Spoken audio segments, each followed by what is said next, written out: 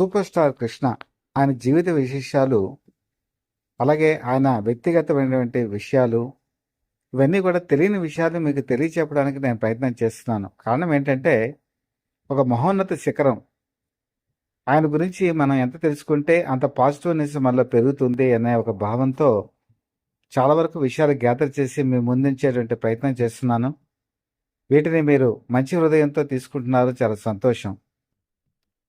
Super star Krishna భక్తి ఎలాంటిదంటే, తిరుపతి వెంకటేశ్వర స్వామి ఆయనంటే విపరీతమైన అభిమానం, ప్రేమ, భక్తి. అలాగే పద్మావతి అమ్మవారు అన్నా కూడా అంతే భక్తి. తరచుగా ఆయన తిరుపతి వెళ్ళేవారు, తిరుమల వెళ్ళేవారు, దేవుళ్ళని దర్శనం చేసుకునేవారు, వచ్చేవారు.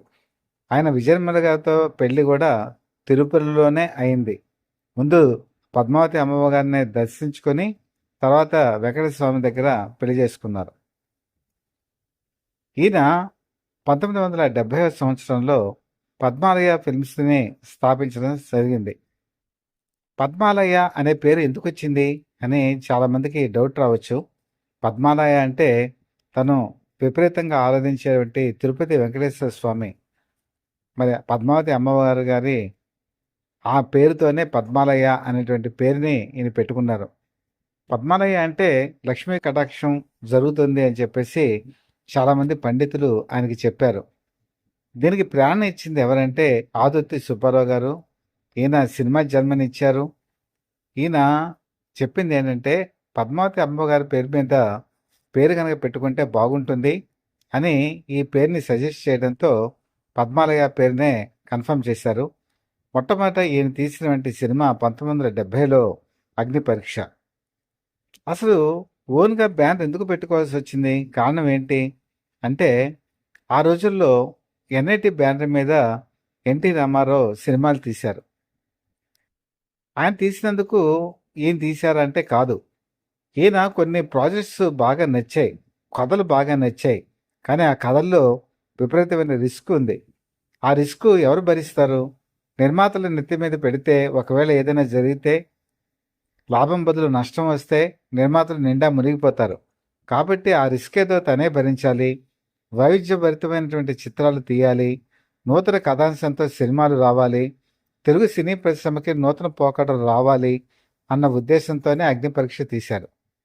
అగ్ని పరీక్ష తర్వాత ఈయన తీసినటువంటి మోసగాళ్ళకి మోసగాడు ఆ రోజు ఏ నిర్మాత తీయటానికి ముందుకు రారు, కానీ తనే నిర్మాత అయి ముందుకు వచ్చి ఆ సినిమా తీశారు. అది ఎంత గొప్పగా ఆడిందో మీకు అందరికీ తెలుసు. ఒక 12 కాపురం తీసినా, ఒక అల్లూరి సీతారామరాజు తీసినా, ఒక దేవుడు చేసిన మనుషులు తీసినా, ఒక దేవదాస్ తీసినా, ఒక ఈనాడు తీసినా, ఒక ప్రజారాజ్యం తీసినా, ఇవన్నీ కూడా ఆయన బ్యానర్ మీదే తీశారు. దాంతోపాటు హిందీ సినిమాలు తీశారు, తమిళ సినిమాలు తీశారు. 1984లో హైదరాబాద్లో పద్మాలయ స్టూడియోస్ని నెలకొల్పారు. 1982లోనే రాష్ట్ర ప్రభుత్వం 9.5 ఎకరాలని కేటాయించడం జరిగింది. వాటిని డెవలప్ చేసుకుంటూ ఆయన 1984లో అత్యాధునిక వసతులతో స్టూడియోని నెలకొల్పి అగ్నిపర్వతం మొట్టమొదటిసారిగా అక్కడ షూటింగ్ జరుపుకుంది. అసలు ఆయన మధ్యలో నెలకొంది ఏంటంటే, విజయవాడ గుంటూరు మధ్యలో ఉన్నటువంటి ప్రాంతం ఏదైతే ఉందో అక్కడ స్టూడియో కడదామని చెప్పి 1972 ఆ ప్రాంతాల్లో ఆయన అనుకున్నారు. కానీ అనివార్య కారణాల వల్ల అక్కడ ఆయన స్టూడియో కట్టలేకపోయారు. ఒక విధంగా అప్పుడే కనుక కట్టుంటే బహుశా ఈరోజు మన ఆంధ్రప్రదేశ్ రాష్ట్రానికే ఒక తలమానికం అయి ఉండేదేమో, అది మనం చెప్పలేం. ఈయన తన స్టూడియో ద్వారా ఎంతో సినిమాలు, ఎంతో మంచి సినిమాలు, ఎన్నో కళాఖండాలు తీసి ఒక తెలుగువాడు మంచి హిందీ చిత్రాలు తీయగలడు అని నిరూపించుకున్నారు. తమిళ చిత్రాలు తీశారు, నూతన కళాకారుల్ని ప్రోత్సహించారు, నూతన టాలెంట్ని ప్రోత్సహించారు, అలాగే ఔత్సాహిక డైరెక్టర్ని ప్రోత్సహించారు, టెక్నీషియన్స్ని ప్రోత్సహించారు. భక్తి తత్వం మనిషిని ఎటైనా నడిపిస్తుంది. ఈయన శ్రీకృష్ణుడికి సంబంధించినటువంటి భక్తులు కూడా. శ్రీకృష్ణుడి ఫొటోస్ మనం జనరల్గా కనుక చూసుకుంటే చాలా ఫొటోస్, ఏవో కొద్ది ఫొటోస్ తప్ప శ్రీకృష్ణుడి ఫొటోస్ ఒక్కడే ఉంటాడు. పక్కన మహా అయితే ఒక గోమాత ఉంటుంది అంతే. చాలా రేరుగా మిగతా ఫొటోస్ ఉంటాయి, కానీ చాలా ఫొటోస్ అయితే ఒక్కడే ఉంటాడు.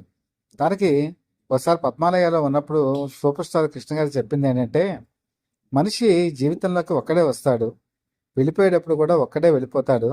అది నిరూపించడానికే శ్రీకృష్ణ పరమాత్మ ఈ విధంగా మనకి చాటి చెప్తున్నాడు అని చెప్పినప్పుడు ఆయనకున్న ఫిలాసఫీకి చూసి నేను చాలా ఆశ్చర్యపోయాను. మనిషి చూస్తే ఆయనలో ఇంత ఫిలాసఫీ ఉంటుందా అని ఎవరికీ తెలియదు. కానీ ఆ తర్వాత కాలంలో తన తల్లి నాగరత్నమ్మ గారి పేరు మీద ఆయన ఒక టెంపుల్ని బూరిపాలెంలో నిర్వహించారు. వేణుగోపాల స్వామి టెంపుల్, గీతా మందిరం అని కూడా అంటారు. పాలరాతి మందిరం చెక్కించారు. 700 శ్లోకాలు భగవద్గీతలో ఉన్నది వాటి మీద చెక్కించడం జరిగింది. అలాగే అనేక గుప్తదానాలు కూడా చేశారు.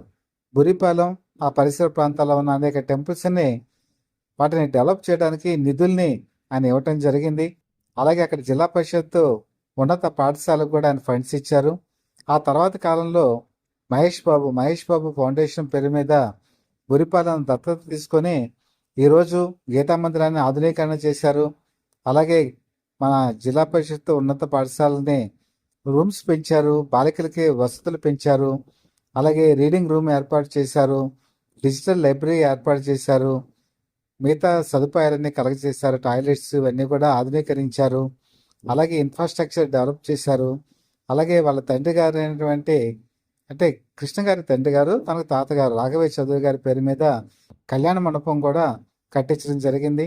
పేదవారికి అక్కడ ఉచితంగా పెళ్ళిళ్ళు కూడా జరుగుతాయి.